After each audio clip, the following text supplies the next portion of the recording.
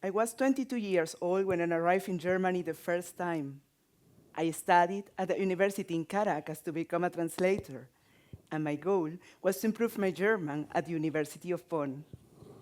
I was so happy to be here. It was summer, and on the first day of school, I walked through the city to get to the university. It was really hot and sunny, and I was amazed that the air, while not pure, was much cleaner than in Caracas. I saw people everywhere, walking, driving bikes, sitting at the coffee houses, eating some ice cream or just standing. They all had smiles on their faces. They were so happy. Surely, I smiled at many of them and they smiled back at me. This welcoming feeling was wonderful. The Germans were enjoying the moment, and receiving the sunlight was the same as receiving a blessing. I wondered how it is possible because, according to my old me, these people are really serious and they never smile. But of course, after seeing those faces so happy and relaxed, after feeling that everything was complete and perfect, I told myself that I wanted to live in a country where people can smile about the most essential things, like the sun. And well, I am really happy to live here until today. A lot is said about the Germans. For example, that they are rigid, responsible, and hardworking. They don't express their feelings, they don't give a hug, they don't smile, and they are humor. They don't have a sense of humor. Some weeks ago, I was reading about how people see the Germans after the 2006 World Cup. And I found out that these and another characteristics are also mentioned in the report, Germany in the Eyes of the World, a GLC survey carried out in 26 countries in 2015. These facts were the same that I learned in my far and warm Venezuela. And 2 years after this first experience, I came to live in a foreign country, and I had many fears. I think the biggest one was not to speak the language good enough to understand or to be understood as in my mother tongue. I felt that people didn't respect me because I spoke with the level of a 5-year-old. Like these fears, almost fears, this is not based on reality, but I felt that people didn't respect me, and I felt that I was not integrating into society. And for me, the stress was too much, because until then, I thought that I was a capable and a responsible woman. I was not able to express as I wanted, and I missed the real connection with people. And I realized for the first time the importance of the language to be a part of the society, and how much anxiety and isolation you can feel when you cannot speak as you want. I have an example. If you think about a party, you think on a big celebration with a lot of noise because of the music and the good conversations. Now, think that you are in a party and you feel alone in the middle of a crowd. I had that feeling. I went to many parties and I saw people laughing about jokes that were impossible for me to be understood. To see people smiling and not smile with them. And there were so many things that I wanted to say them, and it was impossible. The worst moment of the night always came when someone asked me for something, and I couldn't answer because I never understood. I was so frustrated and so sad that I couldn't smile anymore. And I wanted to go back home, the only place where I felt safe. And I asked myself, what are you doing here, and why are you still being here? But this was my new reality, and I had to accept it. And one of the first things that I was looking to do was to look for a job. And one of the first jobs that I had in Germany was in a Mexican restaurant, whose owners were not exactly from Mexico, and they spoke only German with me. At that time, I had really difficulties to understand what people wanted to me, and I made many mistakes. I remember my employees were so upset with me, And I ended my work day with sore feet and a big headache.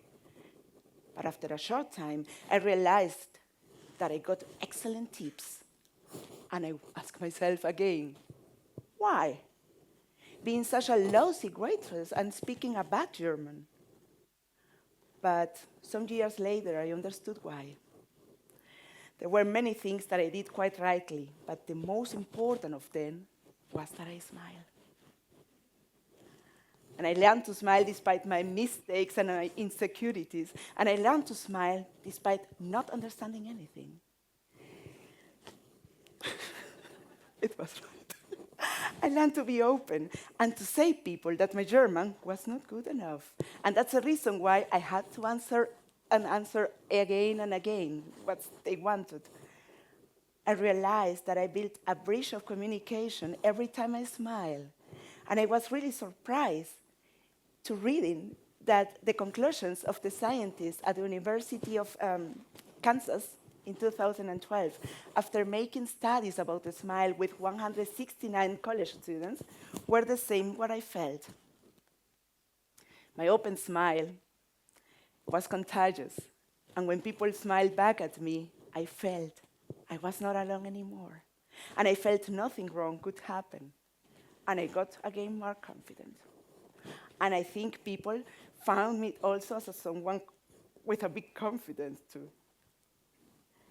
From this German experience, I learned, in addition to improve my German knowledge, that the Germans also smile.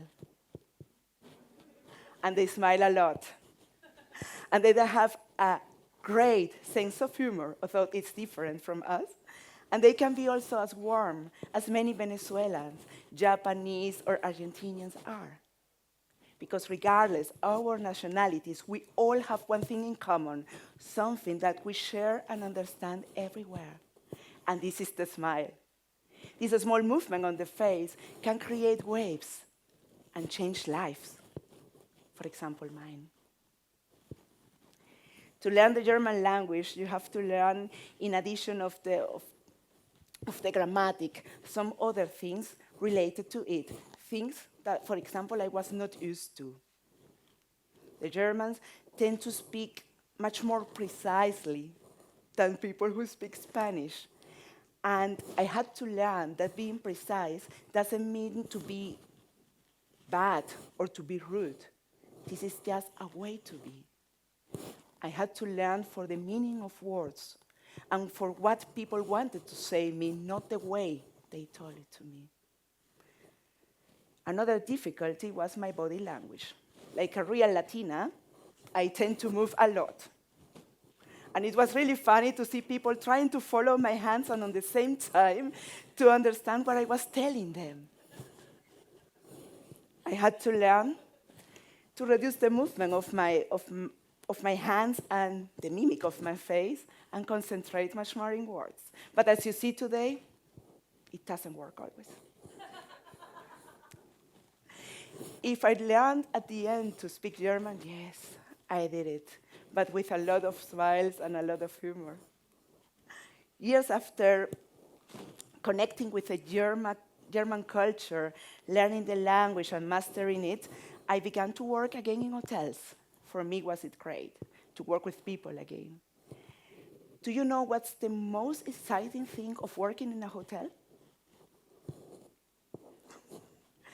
It never stops. It's like a parallel world, working by itself, and this is also a real school of psychology. To work at the reception desk, you need to have some good communication skills, and on the other side, to be friendly.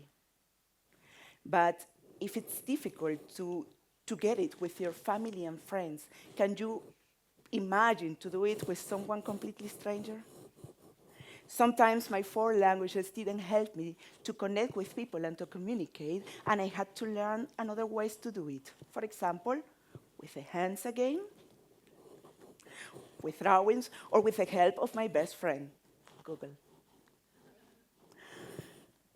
Sometimes my guests got really angry because they couldn't communicate as they wanted, and I saw their frustration, and this was to understand. When you When you are in stress, like their stress and my stress, your cortisol levels are increasing. And to see myself in their situation, reflected as it was at once, helped me to give them my most honest smile, and that relieved all the situations and solved the problems. When you smile, your body releases hormones such as dopamine and serotonin. The dopamine is responsible for the happiness indices, while serotonin is responsible for the reduction of stress. When you smile, you encourage the understanding. You show your patient, and one important thing is that you look really good when you do it. You and me are in some situations in life where we are foreigners or we are tourists in another country. And you have situations in which you cannot express as you wanted with the confidence you have. And sometimes you have situations in which you try to understand someone else, and this understanding is not possible because of the language barriers. In both situations, a smile helps you to relieve the situation and to solve the most problems.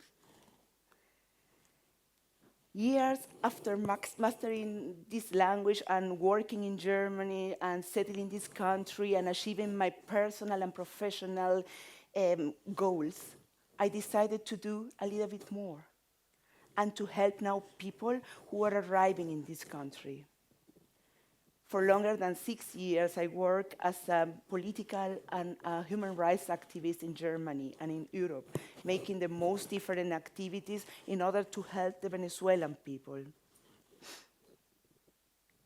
When, together with a group of activists, we create a movement called Einheit für Venezuela, and this movement is going to become soon an association.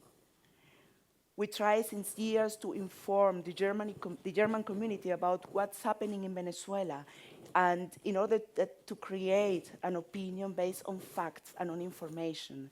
And on the other side, we try to make people understand why so many Venezuelans are coming in this moment to the country. The most of them are coming because they need to survive.